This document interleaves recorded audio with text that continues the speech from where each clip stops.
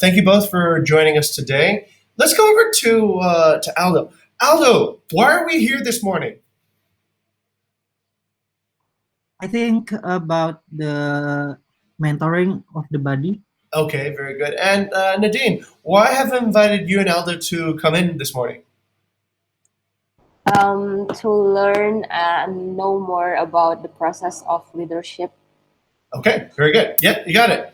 Okay, so let's go ahead and take a look. So what I've done here is I've actually created a new guild. So this is leadership development, and part of I want to say thank you to both of you for stepping up to be a mentor. It's a new thing, and I think it takes a few iterations before you become really competent at becoming a mentor. So during the course of this discussion, we'll go over a few things. The first is we'll go over some theory, which is basically what actually constitutes good leadership, and we're going to talk about this idea of situational leadership, which is something I learned from actually a mentor of mine who came in last week, Natasha. Then we're going to take a look at your pivot cards. We've created like new pivot cards for both of you here on this board, and then we're going to talk about like how your mentees are doing and what the update on that has been. And then I'll share with you some stories about my previous mentorship experiences. Okay, so we'll go ahead and take a look at some of those things. Before I begin, let me go ahead and set up your cards correctly. Okay, so we'll call this first card mentorship development for Nadine, and then we'll call this card mentorship development for Aldo. Okay, all right. Let's begin with this question. So, Aldo, what is your how do you feel about leadership? What is your when people expect you to lead them? What goes on internally in your mind? To control that they have to align with what we're working for, Okay, okay. So and we're in line. Okay, with the to like to be the guidance too for them. okay, very good. Let's go over to Nadine. Nadine, what goes on in your mind when you are expected to be a leader? I have a responsibility for making my body align, and then also I have like some role in their success. Okay, role in their success. Okay, all right, very good. And Aldo also mentioned that we're here to guide them, right? Guidance. Okay, very good. Okay, let's go over with next question, which is how do you feel you're doing right now? Let's go over to Nadine first.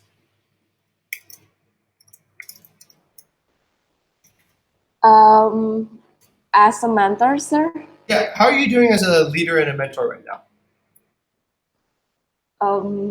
I think I'm not really confident yet for now, Okay, not sure. but Okay. I keep trying my best, and yeah, I'm just starting for like telling all everything based on my experience as the approachman. Okay, all right. Trying from. Hey, good morning, Lilith. Good morning, sir. Actually, my first question, am I invited to this meeting? I didn't see you. Oh, yes, you are. Yes, because you're a mentor too, actually, right? You're mentoring. You're mentoring. Frida. Yes, yes, Frida. Okay, the only person who should be here, I think, is Ara, right? Because she's mentoring Alethea, but somehow Ara didn't get the. Hey, good morning, babe. How you doing? Okay, thank you. Okay, yes. So thank you for joining us, Lilith. This is perfect. I was going to do small batches, but if we have Lilith in here, this is better. Okay, so let's continue. Lilith, welcome. You're in the right place. All right, so let's continue and proceed with Aldo. Aldo, how are you doing as a leader right now? Uh, I think that I'm also learning how to lead, and also yes, I'm like Nadine. My best way to mentor is to share what I've been experiencing, and tell the mentees that what should do and what should not do. Okay. All right. Hey, thank you, Gani, for joining us too as well. Gani is also here today because he will be he's been nominated to be a chapter lead candidate for this week. So he'll be exploring Whoa. candidate. No, everyone's going to be a candidate. Aldo's going to be a candidate, and Rizal's going to be a candidate. But I want everyone to get at least the best exposure to leadership as possible, and I want to share this experience with everyone. Okay, so this is why Gani is here too as well. All right, thank you for joining us, Gani. You're in the right place. Excellent. Okay, so I'll drill down a little bit more into Nadine and Aldo's statement. But before we go on there, let's go over to Lilith first. Lilith, um, when when you're expected to lead, what is going on in your mind? Uh, Understanding what to be lead. Okay, what needs to be led? Okay, Yeah, what needs to be led, like, okay, very good. and then understanding our mentee, Okay, very good.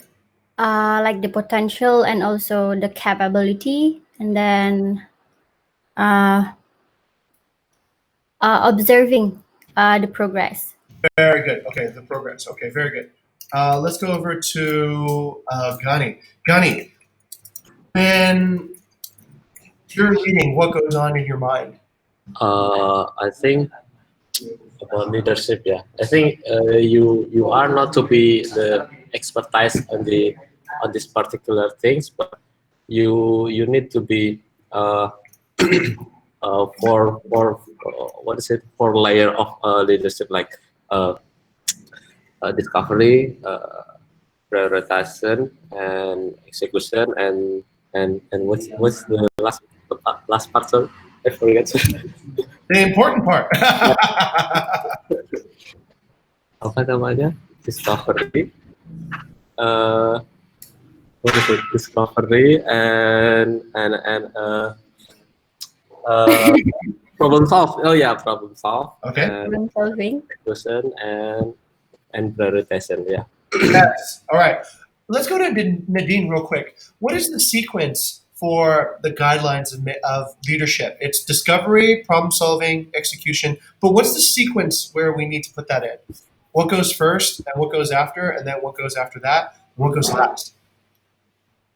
Discovering Uh-huh. first, and then um, executing, Okay.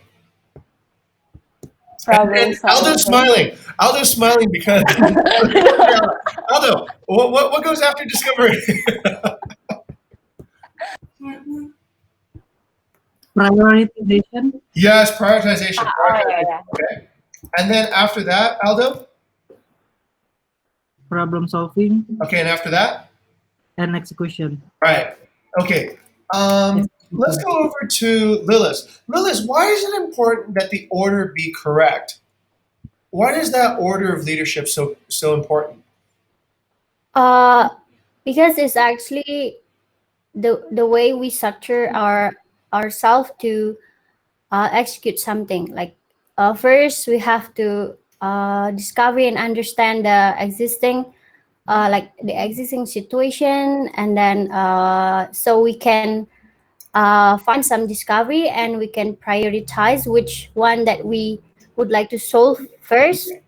And then if we have the problem solving already, then we execute. So it's basically it's important because it is the steps how we can organize ourselves to execute something. Excellent. What happens if we discover and then we execute without prioritization, Lilith? uh it's like, what is that, it's like we solve problem maybe with like less impact. Ah, uh, right. have you ever heard about the 80% and 20%. What is that? Pareto chart. The Pareto chart. chart. Yeah, when we choose the right prioritization, or the right discovery to be developed or solved, then we can get 80% result with Very like good. 20% execution. Very good. All right. Actually, what Lils has just mentioned is a very strong principle in leadership, right? And this is one of the things that, as a leader, you have a lot of control over, and you need to think about very, very much. It's Pareto's law, which is the 80-20 rule, right? The 80-20 rule says about 80% of your results will come from 20% of your efforts. So, therefore, you need to think as a leader where you need to prioritize, right? So if you're doing the opposite, then you're definitely in the wrong. If you're spending 80% of your effort and only getting 20% result, then you have a reverse Pareto's law and you need to reprioritize. So if you're doing it right, you should feel like a little bit of effort goes a long way. And that is a very important principle in leadership. Thank you very much, Lilith, for bringing that up. That is important. And this is why we prioritize. When we don't prioritize, then what we do is maybe we spend a lot of energy and activity, we create a lot of solutions, but they're not for the most important problems, right? Okay, let's go to discovery. Let's go to Gani. Gani, when we're not discovering, what does it feel like on our teams? When we're incapable of discovery, we're not figuring out what the problems are where the opportunities are. What does it feel like on the team? It's feel like you just going stuck every single time. So Right, right, right. yeah, it's very important to find new way to solve the problem. Excellent, excellent. So, what Gani said is absolutely true. When you, as a leader, right, and like when a team can't discover any new ideas, they can't find any new opportunities, or be able to like create a new idea from what's happening already, then you get stuck, right? You start feeling like, well, what am I supposed to do now?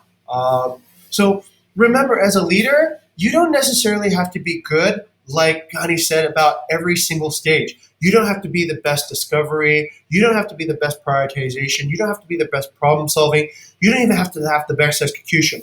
But what you should is you should create flow, right? So that at any given point, your team is able to discover, your team is able to problem solve, prioritize, and execute. That is what a leader does. Okay, so that is very important.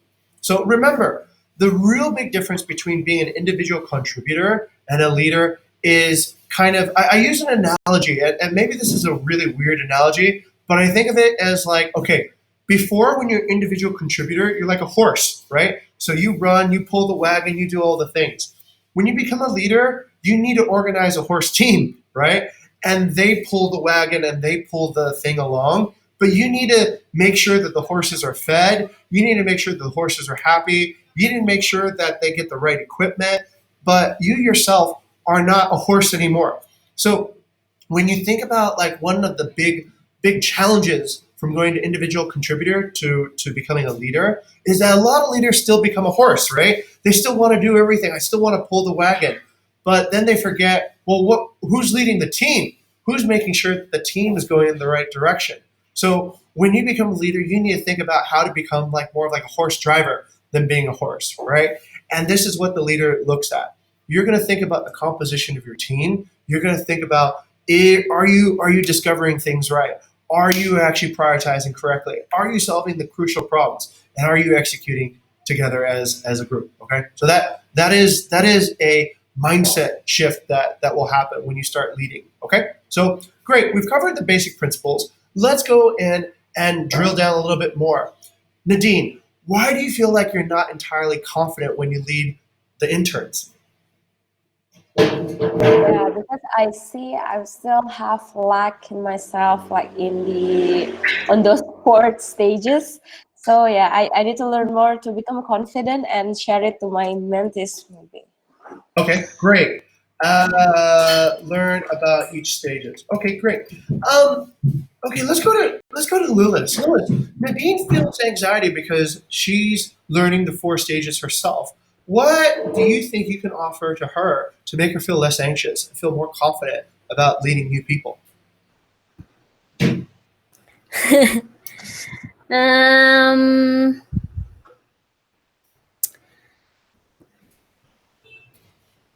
yeah, actually, first we have to understand all the steps, as Nadine said.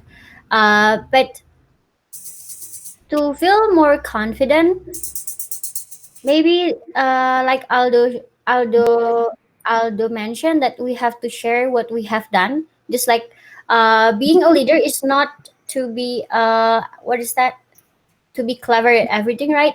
But we can share each other. So if we share, like for example, like one example of our project, then we take feedbacks from our mentors, just like learning each other. So it builds more confidency. But first, we have to understand actually what we are saying. So what is the project? So what is the stage that we have understand? You just feel like being honest to the mentee and to ourselves also. So it will build confidence for me actually. Okay. Wow, that was good. Okay. All right. And yourself. Okay, very good. Let's go next to Aldo. Aldo, how important do you think it is to be vulnerable as a leader? To be what, sir? Vulnerable. Mm, I think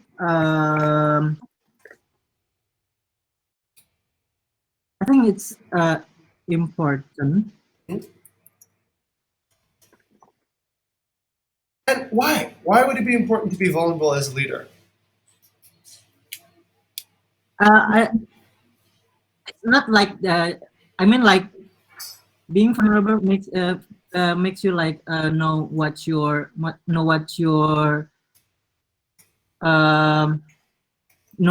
kekurangan. Weaknesses, I okay? think so that you can um so when you know your weakness you can do you can cover it up with your plus, I think. Okay, with strengths. Okay, all right. Let me reframe the question. How let's say important is it to be authentic as a leader? Let's go over to Gani now. How important is it to be authentic as a leader? Authentic. So uh, I'm more prefer to make the what is it called, the interns or the the anggota. It's to be more creative, and I'm not trying to make the border on their mindset. I just try to be okay.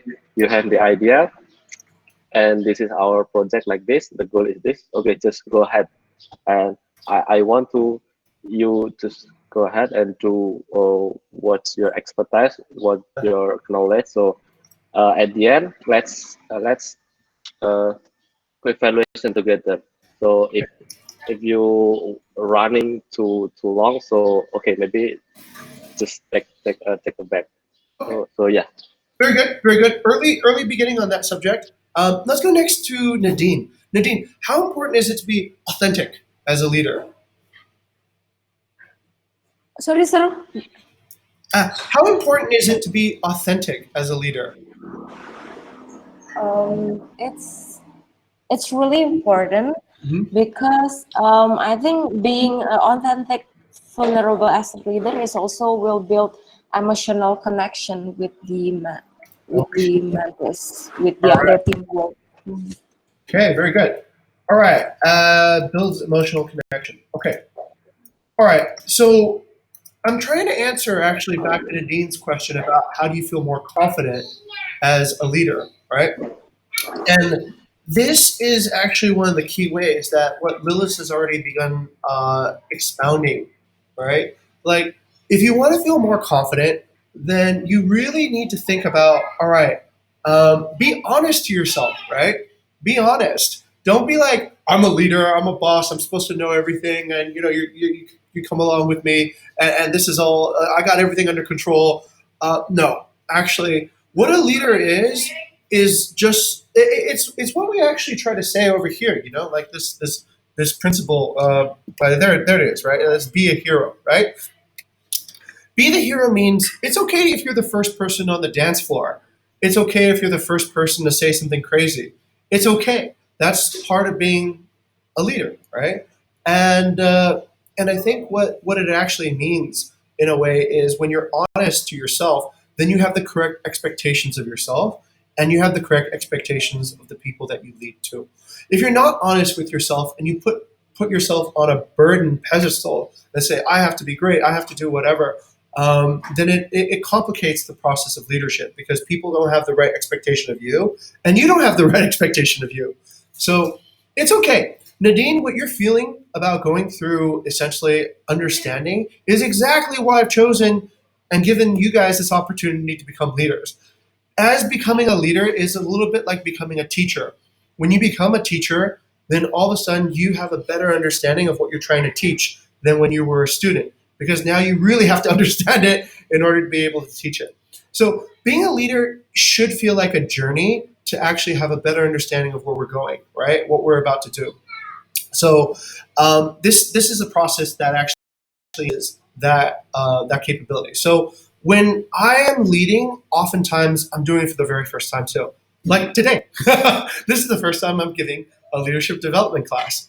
So I'm learning along the way how to actually do this as well. And I encourage you guys to be the same. You guys are all in an entrepreneurial environment. You guys are all entrepreneur potential. So feel comfortable with that, but start with authenticity. Start with knowing who you are. Start with knowing who your mentees are. Okay. All right. So here's a little bit to let's realign. Right. Let's realign. Let's go to this idea of alignment because that came up a few times. Gani, what is the best way to achieve alignment, or what is, let's say, the easiest way to achieve alignment?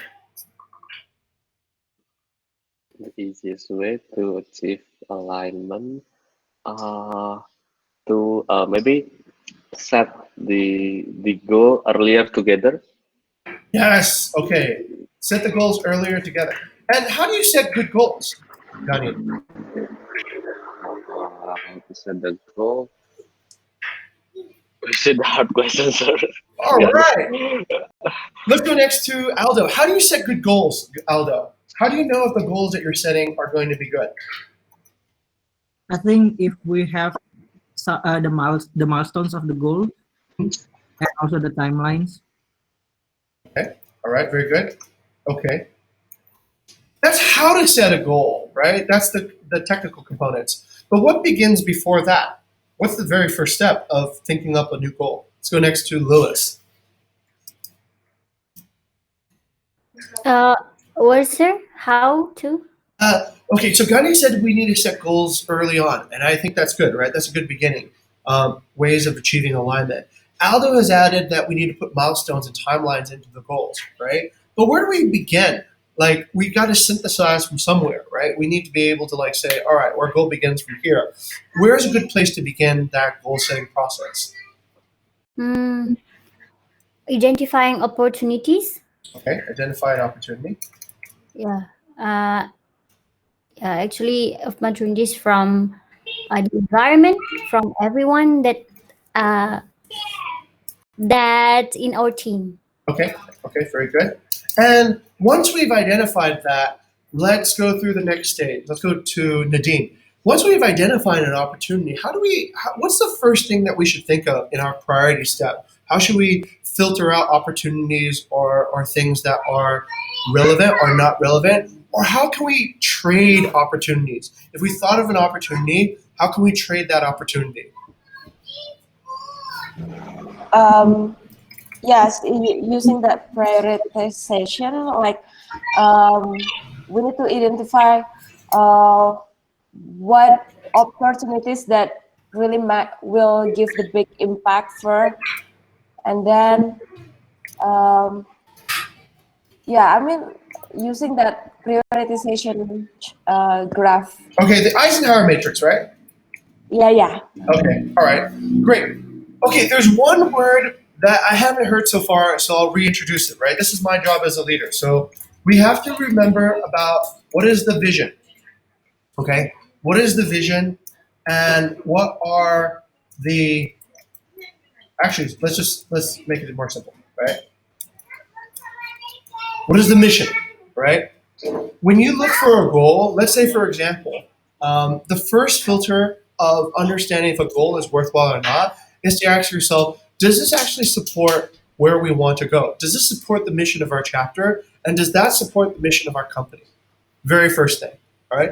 If it doesn't support, then you need to trade it, right? You need to go, okay, maybe this is a good idea, but I'm actually not the real owner of this idea. This is actually owned by HAR, or this is actually owned by marketing, or this is owned by HR, or this is owned by revenue management.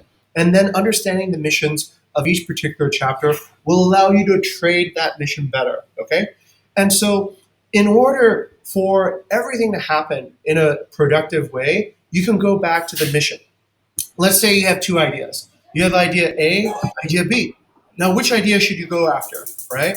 Ask yourself, what makes Bukit Vista a more innovative hospitality company? Is it idea A? Is it idea B? That's it, right? The vision, the idea of becoming the world's most innovative hospitality company is not a goal, right?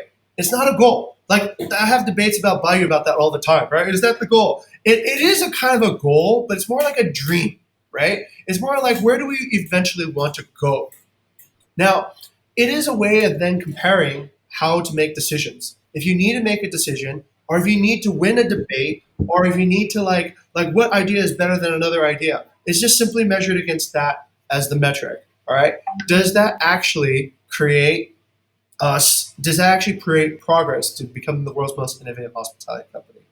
Okay, so that part is important, right? That's why that vision is there. It's to help you make decisions. It's to help you make goals. And it's to help compare which goals can be prioritized over which other goals. Okay, makes sense, right? Okay, so that fundamentally needs to continue to the people that you are mentoring. If you don't continue that, then we get muddy and we get lost along the way. Okay, so hopefully by now we have improved our confidence level because we know that being authentic helps improve our confidence, right? We know that also by sticking to the vision of the company, we will get better alignment. So let's talk about the next thing, which is I'll give you a practical tool to use in your journey to become a better leader. Okay, and this is what I learned from. This is what I learned from Natasha. So Gani was just mentioning earlier that let's see, he was saying something about okay,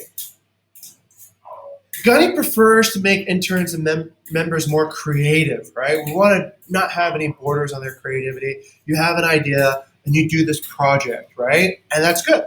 And then Lilith mentioned that you have to actually go and observe the progress of the person, okay? As well. And that's all really, really valuable. But what happens if you give a lot of freedom to somebody, but they're not producing, Gani? Let's say you say, hey, look, you can be as creative as you want. And you check up on them week after week, and it doesn't seem like anything is actually coming out. What do you think is happening there? Let's go over to Aldo. If you give people creative freedom and they're not producing, what's happening there? Sorry, sir. You're pretty breaking here. Okay, so we're giving a person creative freedom, right? We're saying, hey, look, you can create anything you want. Let's have you build, go after your ideas. You check up on them a week later, and there's no progress. Why do you think that's happening? I think it's because that being be there if there's not too much like autonomy and and guidance, so it will be like nowhere to go. Oh, interesting. Let's go to Lilith. Lilith, have you seen cases like that where you're delegating, let's say, a high-level idea to a new person, and then you check up on them, and it seems like there's no progress because of maybe we've given them too much autonomy? Mm, Actually, I haven't had this specific case, but when I'm in university, I have a project, and then just like I give the idea, and then they have to execute, and like 1 week or 2 weeks later, I see that it's not on my. I mean, my first idea, it's just like broaden and broaden. So after that, I just give. I mean, after I give like the second chance, and she cannot do that, so just like I cut it. Okay, Yeah, all I right. have felt it So because when we lead, I think we need to have as I mentioned before, control, because yeah, everyone have imagination, but sometimes when they have like imagination and they are too creative, sometimes they forget with our main mission. oh wow, okay, that's I agree. interesting. Let's go to Nadine. How do we balance this idea of getting people to be innovative, but also making sure that they don't get lost and they're guided along the way? I think as a leader, we also need to control the time. Like maybe at the very first time, we say that okay, you can do what initiative you want. You can really being creative and everything, but we need to set like be timely. Like if in 3 days I don't see any progress, then I need to like get back to the mentees and then say what is really happened, what is your friction, and maybe remind again about, and then maybe do brainstorming to boost their creativity, and yeah, maybe Okay, that's it. very good, very good, very good. All right, let's take a look at what the answer is, right? So this is a pretty common dilemma, and you guys are all right, but it's to do with the situation, right? So Gunny's right, actually. Look, if somebody is really capable and they're producing a lot, you shouldn't get in their way. You should just be like, yo, just keep on blooming, little flower. Just keep on coming up with new ideas. Just keep on creating these awesome hits, right? But a lot of times, what actually is happening is that they have no idea what they're doing, right? They're like, you've given me the power to do anything, but now I don't know where to even start, right? Um, so this is the idea of situational leadership. And I want to bring this up because I think this is so powerful. So the way that situational leadership works is pretty simple. Okay, so there is, as a leader, you have to actually determine what situation your mentee is in. And this goes back to, I think, what Lilith is saying. And it goes back to actually what all the interns have told us. What's really important is that you should know who they are. You should know what they are capable of. If you're not, then you might misestimate and mislead somebody. Okay? So the very first thing is to know, all right, here, right? What stage is this person in? Are they in low competency, high commitment? That's D1 stage, right? Are they in some low to some competency and low commitment? Are they in moderate, high competency and variable commitment? Are they in high competency and high commitment? Okay. So as a leader, you need to identify, okay, where your person is. Okay. And then once you know where that person is, then you can take on the right persona as a leader. Okay, let's take a look at that.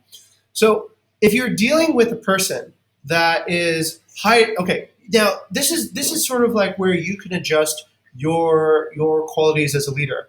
High directive means you give orders, you give directions, you tell them exactly what to do, when to finish it, and when to come back to you, right? Just tasked. I'm going to give you this task. Finish it by then. This is what I expect from you, and that is still a good leader, right? A lot of people were like, "Oh, when do you want this by? When, how am I supposed to get it done? I want you to get this done when it looks like this way, and I want it to be done by this time." And this is exactly what you need to do. That's okay. That's high directive, right? And that's not necessarily a bad thing. A lot of people feel, well, that's me being very bossy. No, that's you giving clear directions. So don't feel any guilt about that. That's actually most people respond pretty well to that in my experience. They actually are relieved. They don't need to figure anything out, right? They just follow instructions. Okay, that's high directive. Now, you might have a case where somebody needs some more coaching, right? And that's a case where you have somebody who is maybe low commitment, right? They don't really know what they want to commit to, but they know what to do. So they need some coaching. That's high directive and high supportive behavior, all right? So you give them an idea, let's talk, let's figure this out, but still, I decide what you should do. Like a coach decides what you should eventually do, all right? You should do it this way. All right, you should do it this way. This is the way to execute a backflip.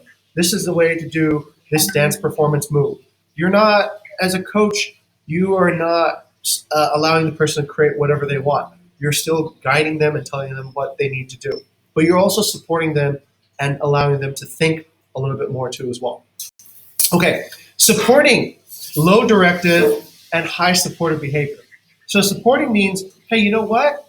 I'm not going to tell you what to do, but it will help you, right? So that's like one-on-ones. That's like mentoring. That's what we get when we do professional mentoring, right?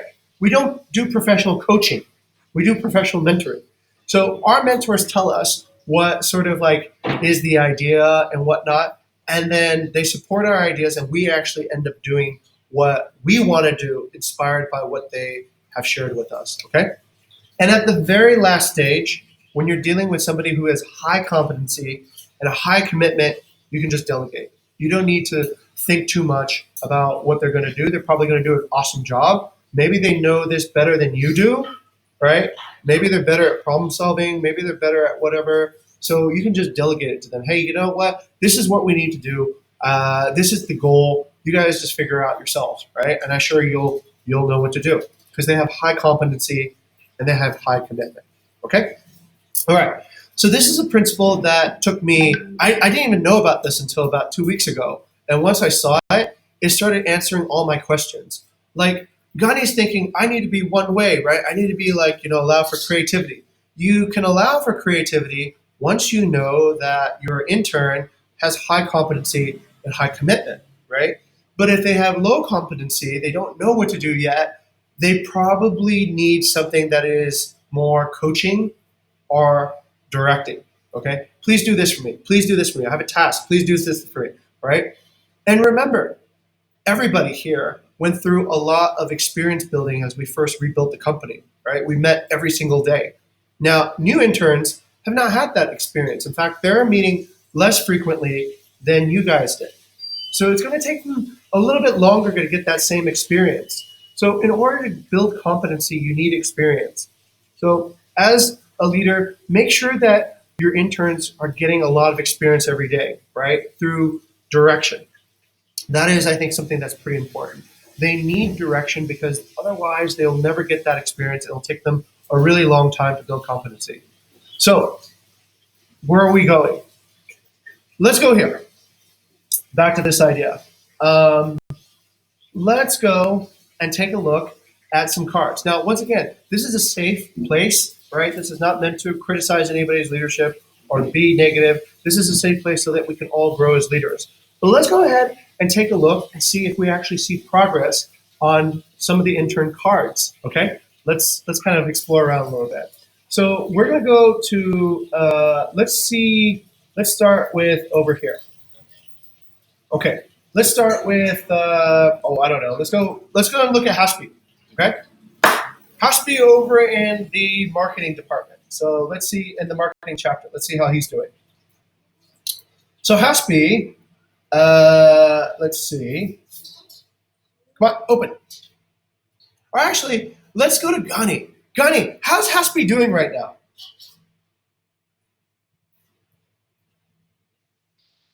Sorry. Okay.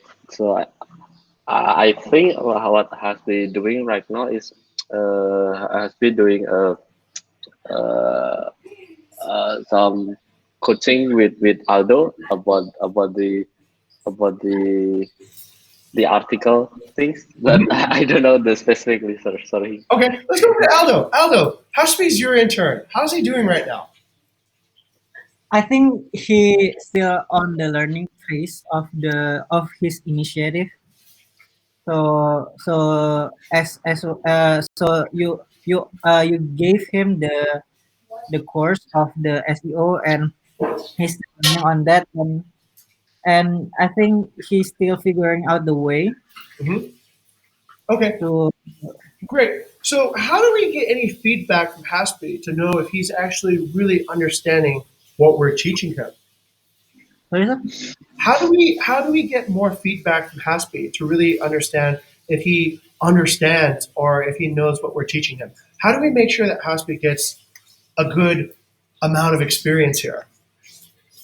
I think by asking and also see his work.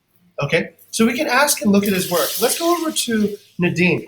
If we have okay, okay, let's take a look. Let's take a look at his work. So Haspi is over here somewhere. I think he's doing SEO. MC8. Yeah, All right, great. So let's go ahead and take a look at Haspi and see what he's doing. Okay, first thing is let's see how he is prioritizing his work, right? Let's see if he's properly aligned. And this is where the Trello card comes out, right? Let's see if he's doing something that actually makes sense. So he has an intended outcome to increase BV rank in Google search and build brand reputation by having a portfolio of curated articles. Is that actually aligned to the company mission? Let's go to Lilith. Lilith, does that sound like an intended outcome that aligns with our company's mission? Marketing mission is to acquire. What is that? Search. Yes. Yeah, I think it's aligned because the CEO search is important. Like when people want to search, what is that, Airbnb management in Bali or something else. So it's aligned. Excellent. Excellent. Very good. Very good. So we now know that Haspi is working on something with an intended outcome that supports the mission of the chapter, and the chapter supports the mission of the company. So he's on the right way. Let's go to the next question. Is this a high priority thing for Haspi to work on right now? Let's go over to Aldo. Is this high priority for Haspi to work on? high priority. I think yeah, Okay. Very good. because it's like his competency. Yes. Excellent. So Aldo is right. Hasby wanted to do this, so he's highly motivated to do this already. He seems competent about it so far. Well, yeah, he seems competent about it because we listened to his research project, right? And we know what he's capable of. And then we can see that he's also motivated to do it, that he's making progress along the way. So this is a good sign, right? This indicates that, okay, Hasby is working on this. And SEO takes a long time, so it's better to start now than 4 months from now, right? It's better to start 4 years ago, actually. So the earlier he works on it, the more impact it will have eventually. Okay, let's see if Haspi is making progress. All right, Haspi started this July 7th, and the latest update has been on July 8th. Okay, let's go over to Nadine. Nadine, knowing that this is the progress so far of Haspi, do you feel confident or do you understand if Haspi is actually maybe stuck or if he's getting enough experience or if he's actually fully engaged on this task?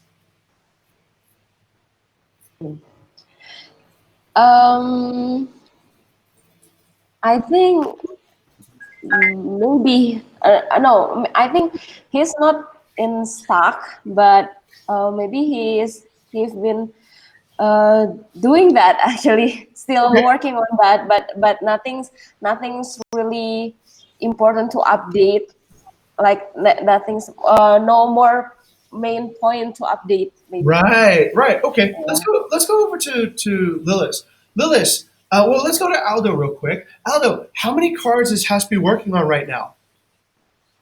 Sorry, sir. How many How many? cards is Haspi working on right now? It's about two or Okay, three. let's take a look. Remember? Take a look and see how many cards Haspi is actually working on. He's working on only one card, right? He's working on one card. He's championing one card, but he's helping with two initiatives, two Ah, cards. great. Which initiatives is he also working on now? He's working with the and I think it's at the initiative B. I think it's your card, sir. Yeah. Yes. Person- First interviews with property owners. Okay, so he's on two cards right now, right? He's on two cards. Okay, Yep. Two, right? Because otherwise, I've tagged it according to his name here. Okay, yeah, am I right? Or is he working on another one that we don't know about yet? I think one more that he hasn't joined the club yet. It's Whoops. the professional networking things, sir. Yeah. Okay. I just tagged him on professional networking for university relations, right? Because I want him to help along with that. Okay. So great. Let's go back to this idea of situational leadership, right? So, at what stage, Lilith, do you think Haspi is at right now? Is he at the stage where we should direct more, or is he at the stage where we can delegate, or is he at the stage where coaching or supporting? What would be your analysis of where Haspi is at the moment? Mm, actually, I don't clearly know because yeah, I haven't like the last card that you opened. There's no activity on that, so I don't know the environment outside the card. But seeing from the card, I think we have to uh, like coaching. Probably, right? Probably. So it could be that right now, because we don't see Haspi so active, it doesn't indicate high levels of commitment, right? Because if somebody was highly committed, you would see them update and progress, and they would come to ask you, "Hey, Aldo, what do I do next? Hey, what do I do next? Right? What's my next thing?" So you probably don't have a situation where you can fully delegate, right? And coming back to Ghani again, right? This idea of creativity, this idea of like not getting in the way.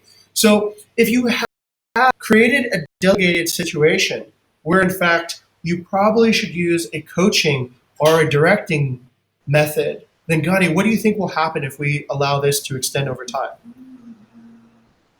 If we keep giving the directing and coaching, so the the gravity will be not grow on the high speed side. So the first thing, we just give the direction and coaching, and after that let's just monitor, and if we working not aligned, so we can do the evaluation together. So Very interesting. Okay, all right. Ghani's brought up a good point. If we keep on directing and coaching, will we actually reduce the creativity of a person? Let's go over to Lilith. Well, Lilith, what do you think about that? Yeah, actually, coaching is, for example, I understand Hasbi so much, and I see that there's like we have to coach. Hmm. Yeah, coaching is not.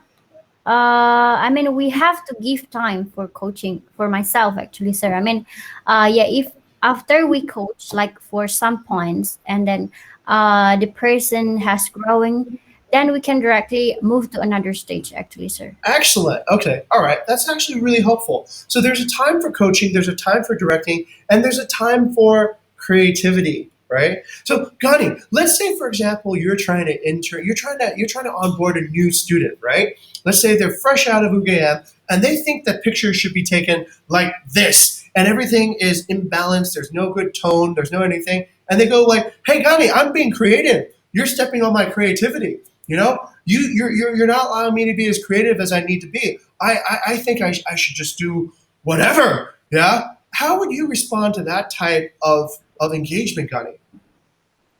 okay, that's interesting. So I will find the what is it the solution way.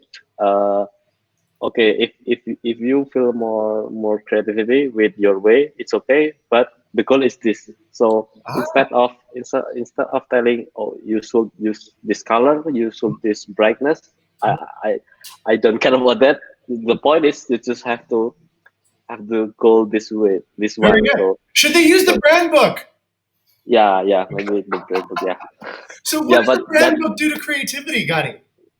a bread book is to make everybody to make align with our brand, our tone, our color. So But it's I make want to be how creative. I don't want to use those boring colors. You know, I want to be creative. I want to create. I want to use pink and magenta and teal and turquoise. Right. I want to use like crazy colors. You shouldn't stop me. You're stopping my creativity. the function of brand book is to make our content on media social to make consistent, so everybody is understand. Oh, if there is the poster with more orange, so I think this is Bukit Vista, so everyone is understand what's color. So if you use your own color, it's to make a line. So Very good. Very good. Okay, yeah. let's go over to Aldo. What is Gani doing with me right now? What is he doing? Is he coaching me, supporting me, delegating, or directing me now? From that conversation, sir, Yeah. I think it's more of coaching and support. He's coaching me. He's telling me kind of like what his intention is. He's giving me a goal, and he's telling me how it supports the goal, right? And he's making it clear so that we have that nice tight engagement, right? Okay, good for you, Gunny. All right, excellent. So yes, I do come down to this principle, right? It depends on your style, and it depends on the person you're teaching, right? Oftentimes, but the most common mistake I see is not being directing enough in the beginning. If you don't direct enough in the beginning, then what you have somebody that might be really difficult to actually fix later on. Okay, I'll give you a real life example here, right? And this actually concerns two people who actually work here. So this is why we need to kind of have sometimes a little bit of privacy and leadership. Okay, there's Kezia and then there's Kiki, right? So we have two interns here, and I'll tell you what I saw was very different experiences in both interns. Kezia, I think we never interfered with her creativity, so to speak, right? Whatever Kezia did, we were just okay. We didn't monitor that closely. We didn't give that much feedback, at least that I could see. So Kezia proceeded along, but for oftentimes a very long stretch of time, Kezia would be stuck on things, and she would remain stuck on it, and we would have no directive to say, hey, Kezia, you need to start doing this, right? You need to start doing this. So Kezia moved along in her way. Kezia began, if you remember, Gani, Kezia began above Kiki, right? In the very beginning. She was way more confident. She was way more like together. Kiki was sort of like, sort of like clumsy, right? To say the least. Kind of bumbling along, took a long time to get Trello, took a long time to just get her video conferencing right.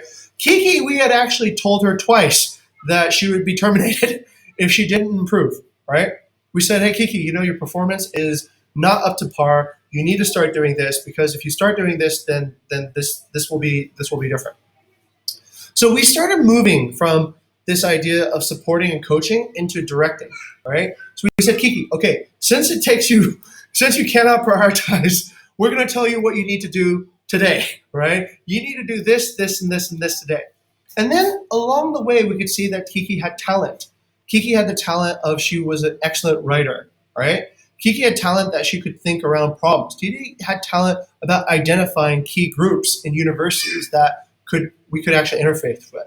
But every along the way, we gave Kiki very clear and sometimes stern feedback about her progress. Not all of it was very nice, but it kind of worked in the end. It kind of worked because now Kiki can kind of create and come up with new ideas because she's learned how to do all the tasks very well. So this goes back to this idea of the debate between creativity and also directing. You don't want to snuff out somebody's creativity, but you don't want to also leave them with so much space that they don't really know where to go, right? You kind of need to give them direction. You need to give them consistent, clear ways of going until they can figure out how to move up, okay? Remember about leadership, right? Discovery, prioritization, problem solving, and execution. If somebody cannot execute, right, then they cannot create. Simple as that. Creation is a matter of problem solving and a matter of discovery and a matter of prioritization. That's what creation is. But if you can't execute, then you'll always have a really hard time working your way up. So the very first thing that you need to get from your people who you're leading is the ability to at least execute. They need to be able to at least take over a task and be able to complete that. And the way to do that is you need to direct. Okay? No, you don't have to necessarily worry, this is over to Gani, about killing somebody's creativity. Generally, creativity is very, very robust, right? there's almost no way to kill somebody's creativity. They'll just naturally like people will naturally like oh yeah, hey, I want to do this, right? You kill creativity by always directing and never allowing for anything else to happen. That's how you kill creativity. But if you never direct, what you do is you kill competency. Okay, and that's more dangerous in most cases. You kill the ability for somebody to actually become skilled and become knowledgeable and get that experience that they need in order to move ahead. Okay, all right. So take that into consideration when you coach Husby. Next is let's take a look at somebody else's card. Let's take a look at Caroline's card. Yeah, Caroline. All right. So over to Nadine. How's Caroline doing?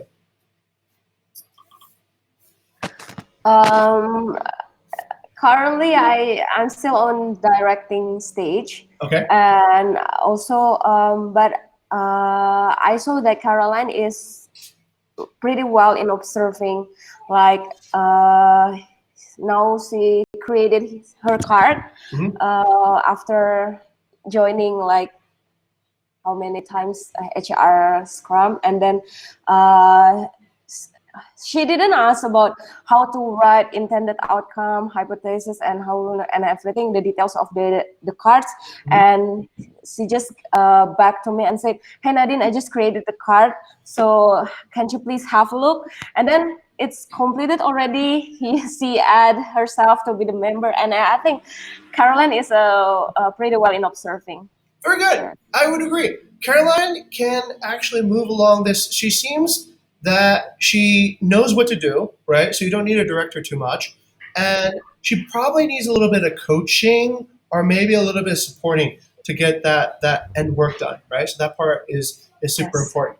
But you also have to see something here. There's no evidence, right? There's no supporting material on this guidebook Yeah. card. So Yes. and where's the resources? If she's really writing a guidebook, she would be asking, "Hey Nadine, I need resources. I need to understand more. This is my plan. This is my timeline. These are my milestones, right?" And then that's how you would know that Caroline is progressing well along this pathway, right? So from what I can see here, it looks kind of not enough engagement, right? Not enough like evidence that this person is picking up experience and that they're picking up competency in a meaningful way. Okay? All right. One more. Let's go over and analyze. Let's see. Let's go to revenue management and take a look at Frida. Let's see where Frida is. Yeah? Okay. So Lilith, how's Frida doing? Actually, Frida is quite in directing stage also because as I understand, revenue management has so many materials to learn. So if we look at the card, the first Frida's card, it is a task actually to understand many materials. It's like maybe 7 materials, and I try to guide her to understand first what is actually revenue management does the current. Previously, Mhm. and actually, she quite excited to do something because I told her she's very exciting to develop Jogja because maybe because she is in Jogja and know the situation there, and I direct her to meet with Andre and also Mak Wayan and also Fidi regarding Jogja, and she did it, and it's quite good actually, but no big achievement so far. So Okay. that's my observation. Great. Uh, okay. Welcome in, Tendi. Welcome, Tendi. So, Lilith, what you mentioned was actually really good, right? So she's learning, but there's no big achievements. And this is actually part of the reason why we put achievements in the all hands, right? It's a way of self-monitoring. It's a way of actually asking ourselves as leaders, as people who are in this, are we actually making progress, right? And this comes back to the final idea that I want to leave you guys with. If there's one idea I want you guys to take away, it's when you lead people, when you direct people, what you really want is you want them to succeed, right? If they have achievements, then you have an achievement. You're able to bring achievements out of people. If they have no achievements, then that ultimately doesn't reflect too well on your capabilities as a mentor as well, right? So I would say the best mentors are able to bring people to create achievements through whatever way is necessary, through whether it's directing, whether it's coaching, supporting, or delegating. As a mentor, you have to decide what is necessary to create achievements that are aligned with where we want to go. And believe me this, right? When I say that sometimes you have to crack eggs, meaning sometimes you can't be just nice all the time, right, Gani? Because if you're nice all the time, then what happens is that you are not getting people to go past their comfort levels, right? You're not getting people to actually grow. You're getting people to sort of like stay within what is safe, what is normal, and they're not able to actually experience what growth is. But if you do create achievement, you do create growth, they will always come back and they'll be thankful for you about it. Hey, thank you for getting me outside my comfort zone. I used to do this, but now I can do this. And it's because you were able to stretch me out and bring the best to what I could do before. Okay? So that's the thought that I want to leave you guys with. And I'll see you guys again on Wednesday to continue this discussion and see how much progress has been made with each of your mentees and interns. Okay, we're in the HAR space, so we have to leave. But thank you very much for coming today, and have a good one. See ya. Thank you so much, Thank sir. you, sir. Thank you.